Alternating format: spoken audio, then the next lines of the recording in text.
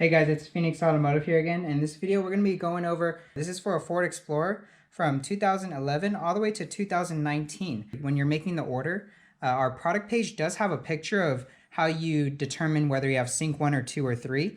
And then based on that, make your order. If you do order the wrong one, we always do ask for a picture of the dash. That way we can reassure if you made the correct order.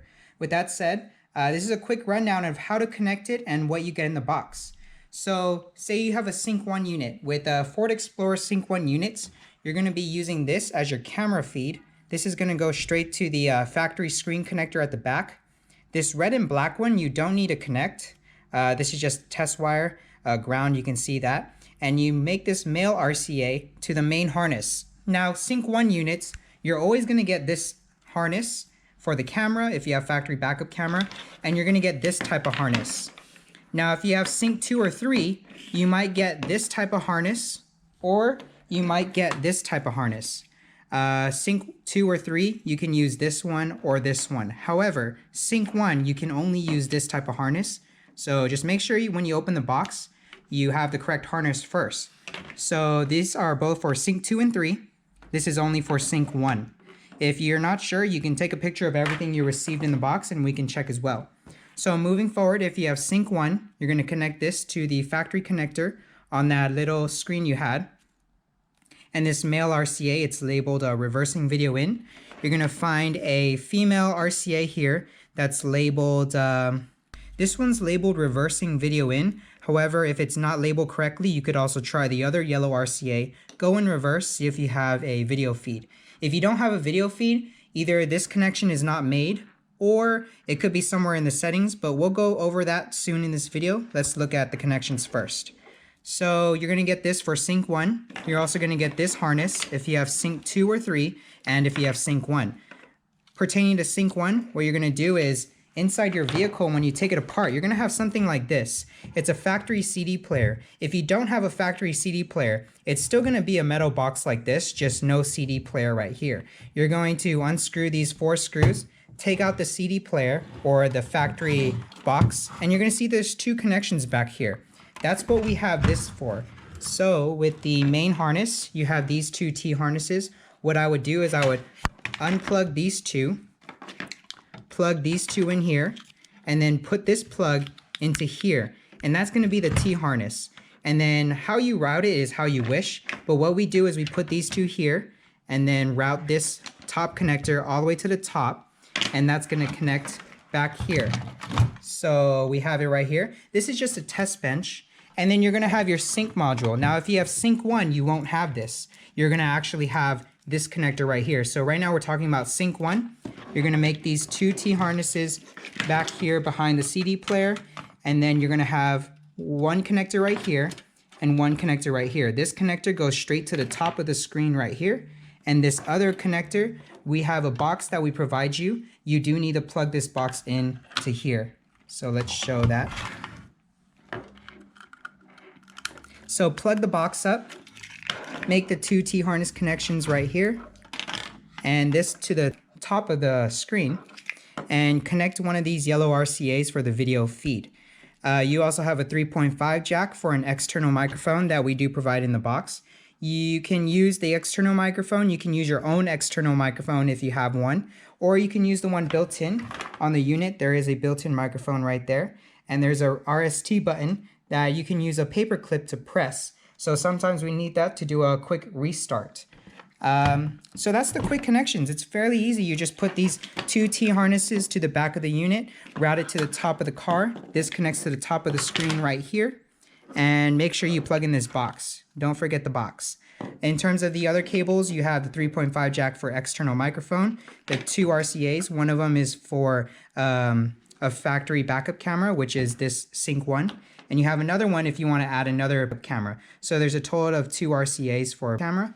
And you have 2 other RCA females for video source in. So this one's called aux V. What you would do is you put a video source in here, say maybe like a console, a PlayStation 2. You can actually put a video source here and go on the unit, go to apps, and go to AUX. And it'll come up on this video feed. You also have a video output. Now this video output is going to output whatever you see on the aux. So you need a video in to the aux in order for this output to show something. It does not output what's on the unit, it outputs what's going through this aux video in cable. So those are the RCAs. Aside from that, you have a bunch of other loose wires, which are, disregard them. They might have labels on them, but they're not used. Some people will make this connection. However, no need to make this connection. Do not make a connection here or here. These two are not needed. So that's for sync 1. You also get a GPS antenna, and this GPS antenna is for our unit's navigation, say Google Maps or Waze.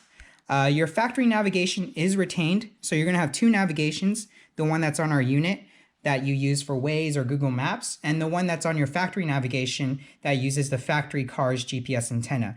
And this blue antenna connects right up to this top part right here on the top left. So that connects right there. And a good way to tell if the GPS antenna is working is if you go on the unit, go to settings. So you got to scroll at the top. There's like 3 different pages.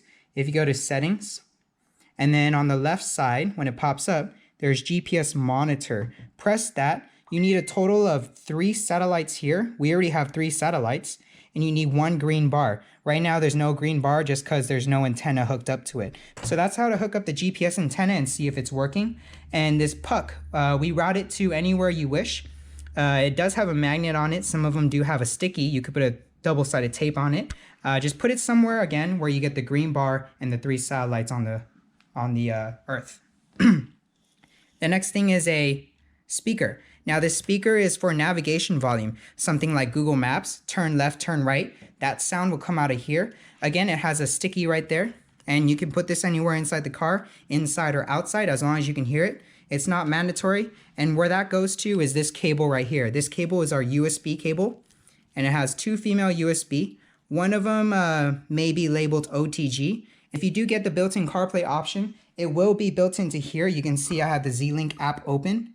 If I go to app list, you can see Z-Link right here. And built-in CarPlay means it's built in the unit. You still need to plug in your phone to the USB port. So you still need it's not wireless. We, however, we do sell a wireless dongle that you can purchase where you just plug in the dongle and you can wirelessly connect for CarPlay to work. So the built-in one, you still need to connect it. And this thing has a white connector. So at the top of the screen, there's 2 white connectors, one for the main harness and one for the USB that we go right there. And this 2 USB ports we route to the glove compartment or anywhere you wish where you have access to. Speaking of the USB cable, you also have a red and black connector right here that's labeled SP. And the SP is for that speaker, to power that speaker. So just make that connection and again, route the speaker to where you want to route it. So depending on your hazard button connection, you would need to check which one it is. If it's this one, that's okay, you can leave it there. If it's not this one and it is this type, you would have to unscrew these screws, disconnect it from that white connector, and then again, just plug in that white connector and screw this one on. That is for your hazard button connection. Now we are working on an iteration where you don't have to do this mess. We will provide you a adapter cable so that you can convert your current connection to fit whatever will be here. Just so it's not cumbersome to unscrew this actual piece, make this connection. Something will already be here. We'll just give you a separate cable that will change that adapter. So that's the hazard button connection. Pretty simple. Again, this is all for sync 1. So you're going to make the 2 T-harness connections, the camera connection, and the RCA straight to the yellow RCA. Check which one it is. If the video feed still doesn't show, we'd have to check the settings. Forgot to mention, this is a 13.6 inch unit, and it's a HD unit. The screen is HD. The dimensions will be on their website, on the product page, but it's a 13.6 inch screen. I think it's pretty nice. Moving forward, let's go on. So we've already covered all this. We can put this aside.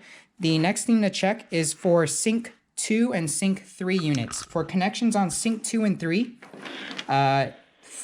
follow the same procedures as sync 1 if you have this connector. The only difference with sync 2 and 3 is that instead of having it empty in the back, you're going to have a module. Now, sync 3 modules, you have no connection back here. But if yours is a sync 2 module, it'll look kind of like this, and you will have a connector at the back. And that's something like this. So for sync 2, I would make this connection right on top. It's a little hard to get there. And there's a couple screws. Once you have this module here, you would make the connections right here. So this is sync 2, and sync 3, there is nothing right there. Moving forward with sync 2 and 3, you're going to do the same thing. If you have this harness, make the 2 T connections at the back of this CD player. Again, if you don't have a CD player, it'll still be a box, just no CD reader. And connect this to the top. And in terms of the sync connector, you're going to plug in the factory sync connection back into these ports. With that said, this is if you have the sync 1 type of connector for your sync 2 and 3 unit. If you have a sync 2 and 3 unit, you may also get this type of harness.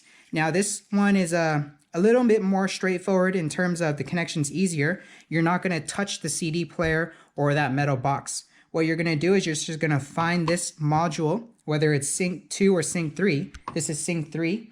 This is sync 2. What I would do is I would find this module, screw it to the back of the unit like so. Once you've done that, you're going to connect our unit, or connect this harness into our unit like so, and then just connect the factory right into here. Once you've connected the factory into this connector like that, and the screen is right here, you have this white connector, which again goes to the top of the screen right here next to that USB connector. And again, the whole spiel with the RCA connectors. With sync 2 and 3, you do not need to use any of these RCAs for the factory backup camera.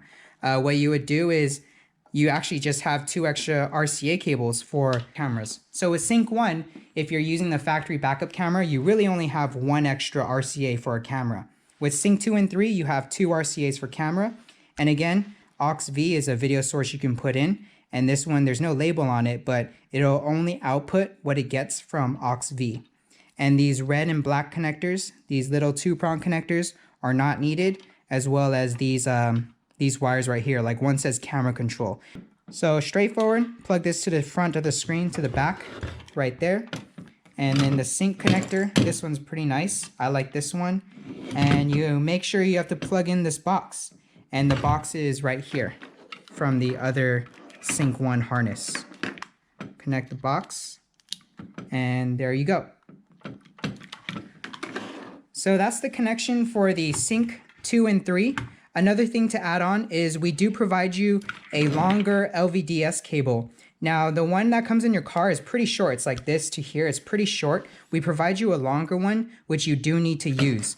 So with the sync 3 units, we provide this with both sync 1 and sync 2, but disregard this cable. If you have sync 3, you can see this is a sync 3 module. There is something you need to connect. So again, make that connection. If yours is sync 1 or 2, you don't need this connection and this will be empty. Just make sure you have the GPS antenna connected. Once you have the connections correct, next thing to do is check your settings. So check your connections are correct. Now you need to check your settings if you're on the correct car type. To check that, make sure the unit turns on. What I would first do is see if the AC controls work. If they do not, go to, there's 3 places you could slide through. We're going to slide to settings. Go to install set. One thing to note, if your time is constantly changing, you have to actually go to settings. Let's make this a big screen. More settings. Go to system at the way bottom. Date and time. Make sure automatic time zone is off. And then set the time zone to the correct time zone. So this is where you change the date and time. Well, that was just a side note. But let's get back to the unit itself, and maybe your air conditioning is not working, your camera's not working, you go in reverse, it shows a black screen. First thing to check is if your car type is correct. So go to install set 666 888, 3 6s, 3 8s. So if you're using sync 1, then you need to use CVBS.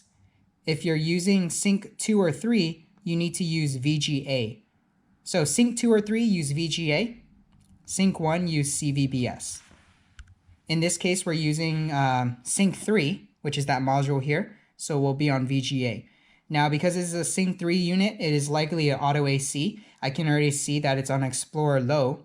So with auto AC vehicles and Sync 2 or Sync 3 units, we need to press car type, set it to Explorer high, and in the car info, depending on what you have, S3 auto is what we have. There are vehicles with a 4-inch screen, and it is a Sync 3 unit. You would choose S3 4.3. Long story short, if you're not able to get a hold of us, try these 3 different car types. In our case, S3 auto. Protocol is Shinbasi, XINBASI. Check mark the box, press OK. Now that the car type is set, we can press the back button on the bottom left, press a save and reboot. When it does save and reboot, we do need to press the RST button with a paperclip or a wire of some sort. Now what I like to use is just any loose wire. Something like this, I can even put it through the RST and press the button. Not going to press it now, but that's for a Sync 3 auto AC. If you have a Sync 2 unit, again, we're going to do Explorer high, and we would choose S2 auto. The interesting part is with Sync 1 units, we're not going to be on Explorer high anymore.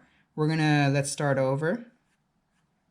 Cool thing you can do, you can press the multi-window button at the top right, and you can scroll all the way to the top. There's a clear all option. Is if you have a Sync 1 unit, again, Sync 1 will be using these T-harness connectors, and you're going to be going to Explorer low. Once you're in Explorer low, the car info, anywhere from the year 11 to 15, you're going to be using 13S3 manual. It is a typo, we are going to change that, but 13S3 manual is for 2011 all the way to 2015. Anything higher than 15, say 2016 and above, so 2016 to 19, we're going to be on S1 manual. In our case, we're going to choose 11 to 15, which is 13S3 manual. We're going to choose that, check mark the box, press OK. Once it sets, we're going to do a save and reboot. We're going to press the back button. And if you notice right now, our console area is going to look like this. Once we do a save and reboot, it's going to look a little bit different. So now that the unit has booted up, you can see when I press, say I press home, and then I go to console, the UI is completely different. This is your Sync 1 UI, user interface. Now that you've chosen the correct car type for Sync 1, whether you have 11 to 15, you would choose the 13 S3 manual. We're going to change that typo. But if you have 16 to 19, you're going to choose S1 manual. Now that you have this screen right here, what you need to do is check whether you have the controls. If your controls are not working, you need to go to console, which is the screen we're on right now. You're going to go here on the gear icon. And inside here, you need to scroll to the way bottom. And you can see sync system. Now, depending on the old units, you need to use Sync 0 system. The new ones, you need to use Sync 1 system. Save and reboot, and you can also press the RST button with the paperclip. After that, check if your sync functions are working and get back to us if you have any other troubles. That does it with the connections. Thank you guys for watching. Just to do a quick rundown, hazard button, pretty easy. Just see which one is your connection. We are moving on to a different option of, instead of this module, we're going to send you a adapter cable. Sync 1 units, again, just to reiterate, you're going to be using these T harnesses. Sync 2 and 3 also can use these T harnesses. We are phasing them out for the Sync 2 and 3, just so it's easier for you guys. You're going to be using this type of connector. So Sync 2 and 3, you're going to be using this type of connector. Make sure you do plug in the box. If you don't have the box plugged in, you will have some issues. And again, all these extra loose wires, not needed. The main thing you may want to use for Sync 2 and 3 is maybe adding an extra backup camera or front camera, side camera, or putting a video source like a console, PlayStation, Xbox. And you also have a 3.5 jack for the external microphone, or you can use the one built in, and this 2-prong connector right here, again, not needed. That's about it. Thank you guys for watching. If you have any other questions, again, this is a 13.6 inch for the Ford Explorer 2011 all the way to 2019. Our product page shows you how to choose whether your vehicle is Sync 1, 2, or 3. If you have any questions, give us a call at 323-917-9038. Let us know your order number if you have any other issues. Thank you guys. Bye.